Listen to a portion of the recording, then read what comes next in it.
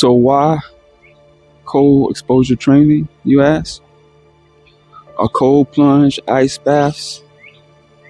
Initially, when I came across cold exposure therapy or cold plunge and ice bath training, I thought it was interesting.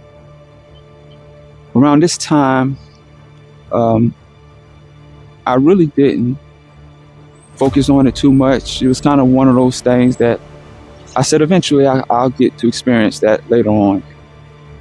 And then up until about 2.5, 3 months ago, I decided that I wanted to experience this. I wanted to train for cold exposure. And at first I didn't plan on documenting it, but I decided that it would help me to be consistent and to not compromise on this mission. I did watch some content around the topic, but one that stood out in particularly was the perspective of Dr. Andrew Huberman, an American neuroscientist. And I found his perspective to be very enlightening. I do plan to read the book from the great Mr. Wim Hof, Iceman. I'm interested for his insight and his perspective on decades of cold exposure therapy and training. So look for that in the near future. Cold plunge and ice bath became popular, I would say, about 20 years ago. It started becoming real popular, but the athletes in America have been using post-game cold plunge for nearly almost 40 to 50 years. I never knew that. I thought it was interesting. The centuries-old form of cold plunge is actually considered a shock therapy.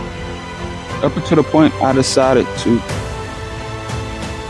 start my training, I didn't look or watch any videos concerning the topic, but I did do some research with AI, of course. I found it fascinating how the ancient Japanese culture practiced deliberate cold exposure training. Certain monk factions would sleep outside in the winter on thin mats with a thin cloth. They would also do manual labor outside barefoot. They would sit in unheated halls for 12 hours or more. The ancient samurai were very deliberate about their snow training. They believed it was necessary to be at the peak performance to become the greatest warrior. The core practices were standing under freezing mountain waterfalls, immersing themselves in freezing rivers, lakes, and seas.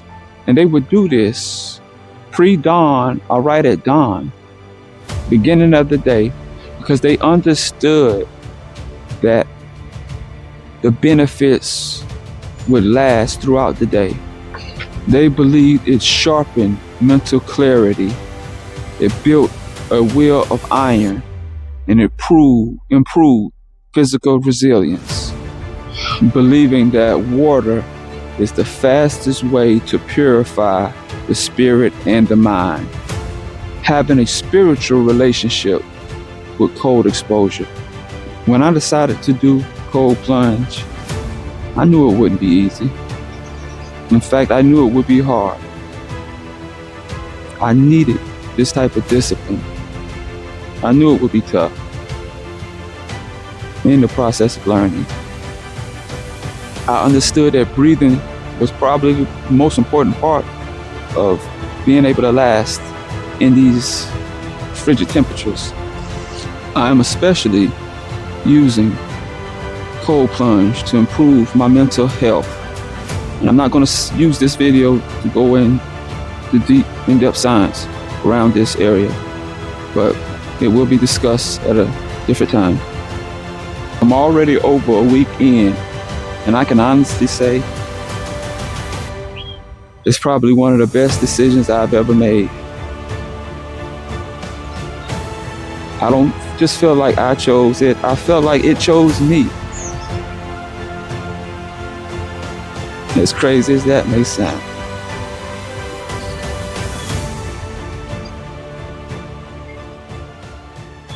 But I am so excited about this journey and to see where it takes me.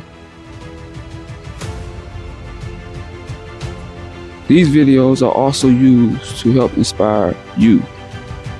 Thank you.